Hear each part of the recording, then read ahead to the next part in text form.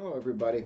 Welcome now back again to the third in our series of What to Watch in the Night Sky. I'm Jeff Wilkerson, astronomer, astrophysicist here at Luther College, and we're taking a walk through what we might see in the night sky. This time, we're going to look at the morning sky in the month of September, once each week. And as I tell my students all the time, so much that I'm sure they're sick of hearing it from me, if you want to make a name for yourself, one of the fastest routes to doing that is to take an idea from here and apply it to here and do something new in this area with some hard work that somebody else has done over here. We talk about that all the time when we talk about the wave equation and electromagnetic waves. And so we look at the discovery of electromagnetic radiation and think about the wave equation that maybe we looked at in the previous semester for mechanical waves. But what we're going to do here with that in mind is we're going to look at what we've done the last 2 weeks and combine them and talk about what we want to look for the week of September 7th. So this is looking at the morning sky in the week of September 7th. For those of us here in northeast Iowa, I'm talking about 6 o'clock in the morning or so, what the sky might look like. It stays dark late enough now that it's perfectly reasonable to get up and take a look at the morning sky. You look to the east in the morning sky, and the object that you see that's the brightest out there to the east is Venus. And so Venus is rising into the morning sky. Above Venus is Orion and the constellation of Gemini. If what we've looked at last week, we looked at Cassiopeia last week, and we said, let's look at some of the open star clusters in Cassiopeia, and we'll look at open star clusters. We'll talk about them briefly again here this week. But if looking at Cassiopeia wasn't enough in the evening sky to let you know that it's fall, seeing Orion climb high into the sky above the eastern horizon in the morning sky is definitely an indicator that we're headed toward fall in a big way here, as with Gemini.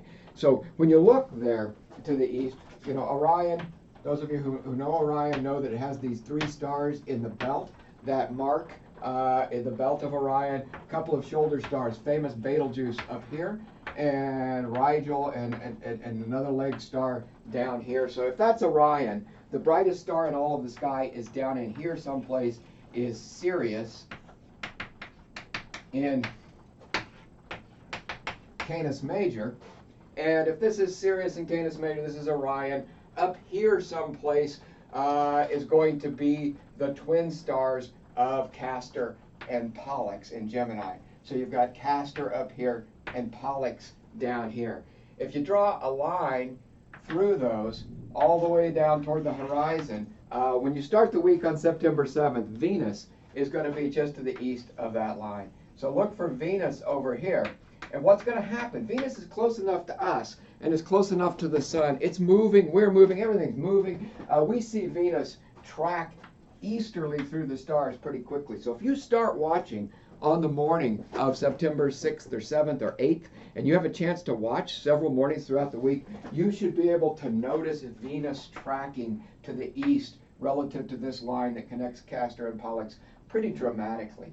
So it's a pretty nice track along that direction. What's going to happen if you go back 2 weeks ago, we suggested watching the moon slide by Jupiter, Pluto, and Saturn in Sagittarius in the evening sky. What's going to happen here is the moon is going to catch up at the end of the week. It will catch up to Venus, so that actually on the morning of September 14th, if you get up on the morning of September 14th, a thin crescent moon will appear just above Venus right here and off to the east of Venus just a little bit. The crescent moon will only be just over 10% full, and so it's a beautiful crescent moon, and Venus itself is only 2/3 full.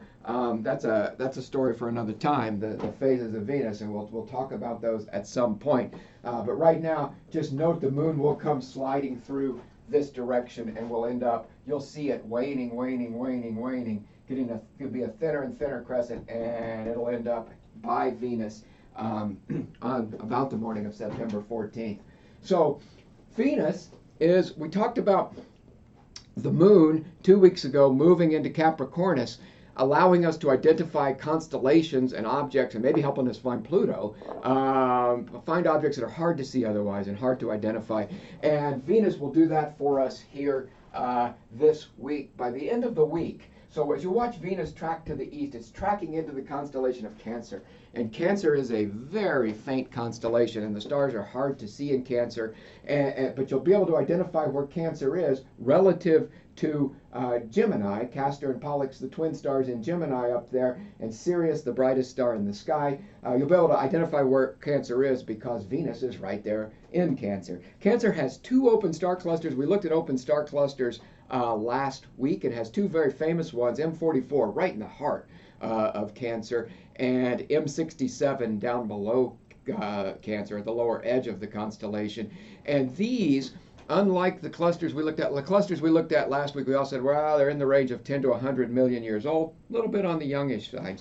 M44, also known as the Beehive cluster in Cancer, M44 is about 700 million years old, so significantly older than any of the clusters we looked at. And M67 is one of the oldest open star clusters in the sky that we can see, and it's about 2.5 billion years old, so a very old open star cluster. So we have older open star clusters in Cancer than the younger open star clusters that we looked at in Cassiopeia last week. So now we got all of this. You're watching Venus track to the east relative to that line that connects Castor and Pollux. You're watching Orion climb in the sky. You're watching Sirius, the brightest star in the sky.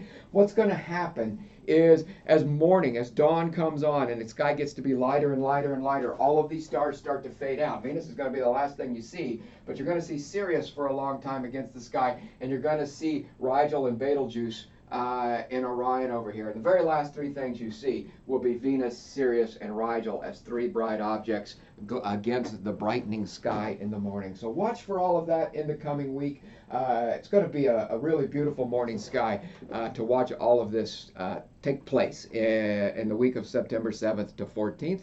And we'll come up with something new for you to watch next week. Thanks for checking in. As always, happy to talk to you about the night sky. Take care, everybody.